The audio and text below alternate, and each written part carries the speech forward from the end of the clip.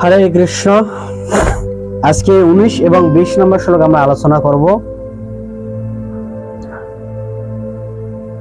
তো 19 এবং 20 নম্বর শ্লোকে কি আলোচনা করা আছে সেটা আমরা দেখতে পারবো। তো আমরা কালকে ব্রহ্মাদেবের আয়ু সম্বন্ধে আলোচনা করেছি। ব্রহ্মার আয়ু কত, একটা যুগের আয়ু কত, সেটা বিষয়ে আমরা জানতে পারছি। তো আজকে আমরা জানবো জীবসমূহ কি করে সৃষ্টি হয় আবার বিলুপ্ত হয়, সেই সম্বন্ধে ভগবদ গীতায় ভগবান অর্জুনকে বলছেন। অক্ষর ব্রহ্মযোগ অর্থাৎ বিস্তারিত ভাবে তিনি এখন বর্ণনা করতেছেন। 19 নম্বর শ্লোক এবং 20 নম্বর শ্লোক আমরা আলোচনা করব।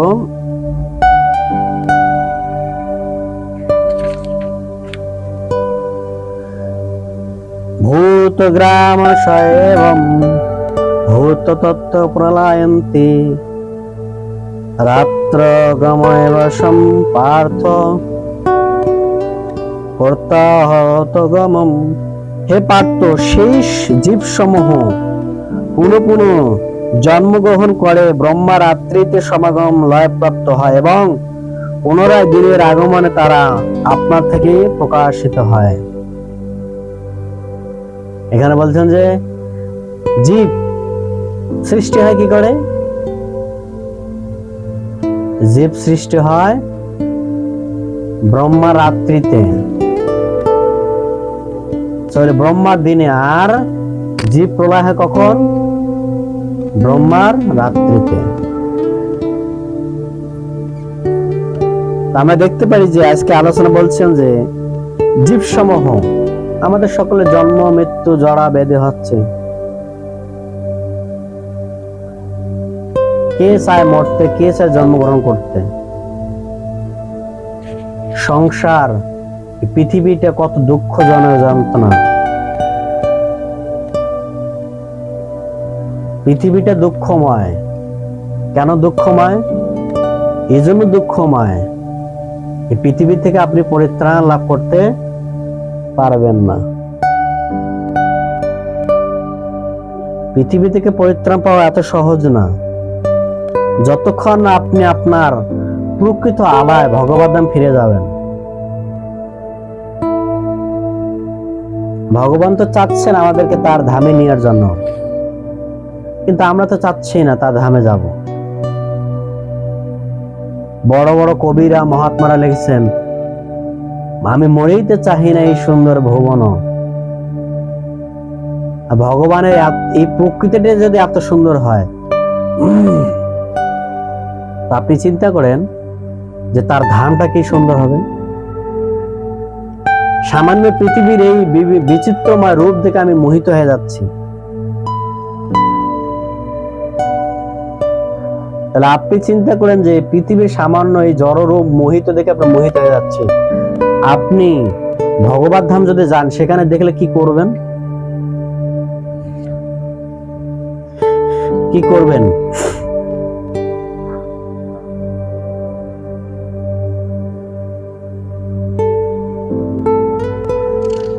তো অবশ্যই আমাদের ভগবত ধাম যাওয়া উচিত। 20 নম্বর শ্লোকে বলছেন, পরস্ত সম্ভবানম না ভক্তা ভক্তম সনাতনম যশয় সর্বভূতেষু নৎসন্না বিনাশতম। কিন্তু আরেকটি অব্যক্ত প্রকৃতি রয়েছে, যা নিত্য এবং ব্যক্ত ও অব্যক্তর বস্তুর অতীত। সমস্ত ভূত বিনষ্ট হলেও তা বিনষ্ট হয় না।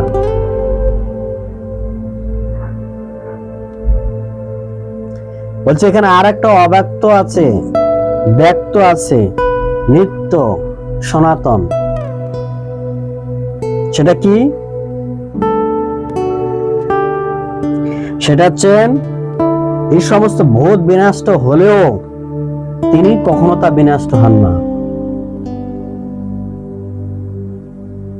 আমাদের ধর্মের নাম কি? সনাতন। সনাতন শব্দের অর্থ কি? সনাতন কখনো দেহের ধর্ম না, সনাতন হচ্ছে আত্মতত্ত্ব ধর্ম। আর এই কলিযুগের মানুষ সে আত্মতত্ত্ব সম্বন্ধে তাদের কোনো ধারণাই নেই, আর গর্ব করে বেড়ায় আমি হিন্দু, আমি সনাতন। এগুলো দেহের ধর্ম দিয়ে গর্ব করে লাভ নেই। যে আত্মতত্ত্ব জ্ঞান জানেন তাকে সনাতন হিসেবে মানে। যে আত্মতত্ত্ব জ্ঞান সম্বন্ধে কোনো ধারণা নেই, হিন্দু নয়, হিন্দু দেহের সার্টিফিকেট লাগালে কাজ হবে না, সে কখনো সনাতন ধর্মের অধিকারী হতে পারে না।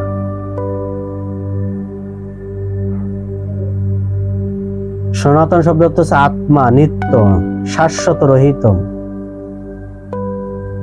ভগবদ্গীতা সেটাই বলছেন,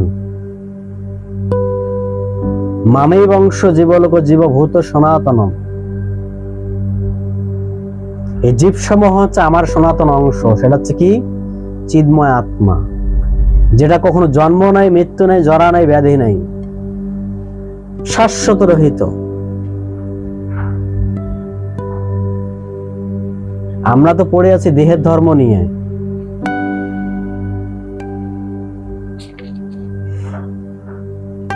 জড় বস্তু নিয়ে।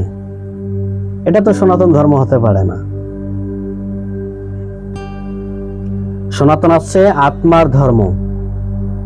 তো যার আত্মতত্ত্ব জ্ঞান নেই সে কি করে সনাতনকে বুঝবে? সনাতন কি? যার আত্মতত্ত্ব উপলব্ধি হয় না সে কি করে বুঝবে সনাতন কি? আর এই জন্য পৃথিবীতে এখন যা না কিছু ধর্ম নামে চলে সেটাই বলছে, ভাগবত কহে তা পরিপূর্ণ চলে। যত ধর্ম আছে পৃথিবীতে মানুষকে কপটতা ছলনা করা হচ্ছে। সমস্ত ধর্ম, একটা ধর্ম না, শুধু পৃথিবী যত ধর্ম আছে, হিন্দু, বৌদ্ধ, খ্রিস্টান, ইহুদি, যত ধর্ম আছে সব মানুষকে ছলনা করা হচ্ছে। কেন ছলনা করছে? ধর্মের নামে মানুষকে উস্কানি দিচ্ছে, ছলনা তো হচ্ছে। পৃথিবীতে ধর্ম কাকে বলা হয়েছেন? সেটা হচ্ছে সনাতন ধর্ম। সনাতন হচ্ছেন আত্মার ধর্ম। আত্মা কখনো কি করতে পারে না? অপরের ক্ষতি করতে পারে না, শাশ্বত, রহিত। এই জীবসমূহ আমার অংশ। এই তত্ত্ব কে বুঝবে? কে বোঝার চেষ্টা করবে?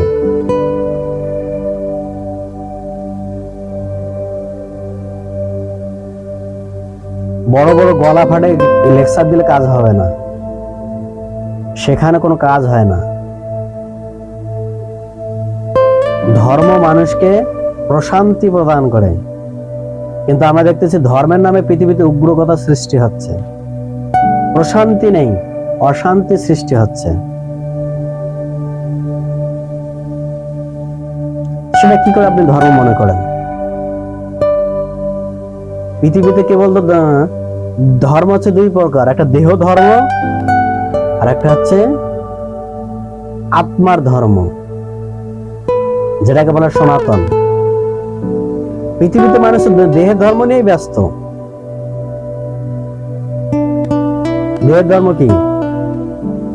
চোখ আছে কি করে সুন্দর নারীর দেহ উপভোগ করা যায়, হাত আছে কি করে নারীর দেহ স্পর্শ করা যায়, যোনি ইন্দ্রিয় আছে সেটা কি করে নারীর যোনির সাথে ইন্দ্র তৃপ্তি করা যায়। এক একটা ইন্দ্রিয়ের এক একটা দেহের চাহিদা পূরণ করার জন্য আমরা ব্যতিব্যস্ত, আর সেটাকে আমরা ধর্ম বলতেছি। দেহের ধর্ম ধর্ম না তো। পৃথিবীতে যার সমস্ত ধর্ম দেহের ধর্ম, ধর্ম না।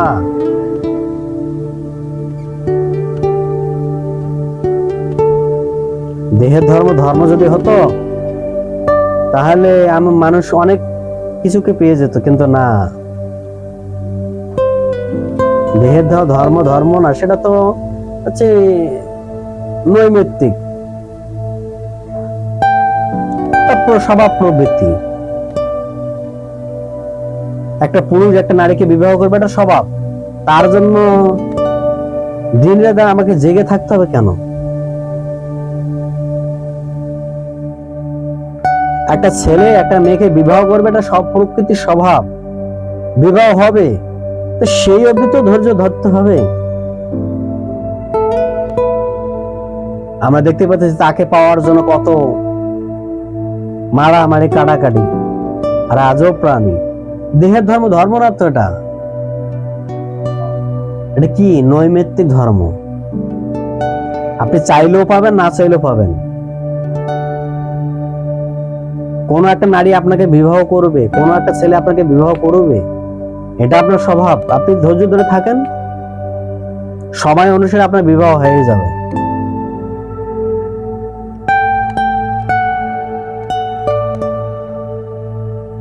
কিন্তু আত্মার ধর্ম কে করে?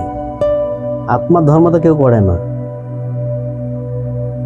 আত্মার ধর্ম ভগবান সেটাই বলছেন, কদাচিৎ ব্যক্তি একজন করবে।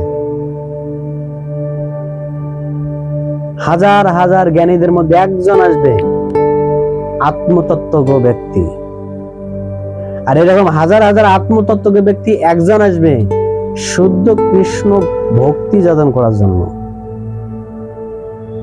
সহজ না তো, সনাতন ধর্ম এত সহজ না তো। আত্মতত্ত্ব যাদের জ্ঞান নেই তারা কি করে সনাতন হতে পারে? হরে কৃষ্ণ। এইখানে বলছেন যে এই পঞ্চ মহাভূত বিনষ্ট হবেন। এই ভূত, আমাদের দেহটাকে ভূত বলা হয়েছে, এই ভূত বিনষ্ট হবেন। কিন্তু আর একটা উৎকৃষ্ট শক্তি আছে যেটা কখনো বিনষ্ট হয় না, সেটা হচ্ছে কি? ভগবানের ধাম। যে ধাম সর্বসময় স্থিত থাকে, সেটা হচ্ছে গোলক বৃন্দাবন। তো অবশ্যই আমার ভিডিও ভালো লাগা আমার ইউটিউব চ্যানেল সাবস্ক্রাইব করবেন, লাইক দিবেন, কমেন্ট করবেন। হরে কৃষ্ণ।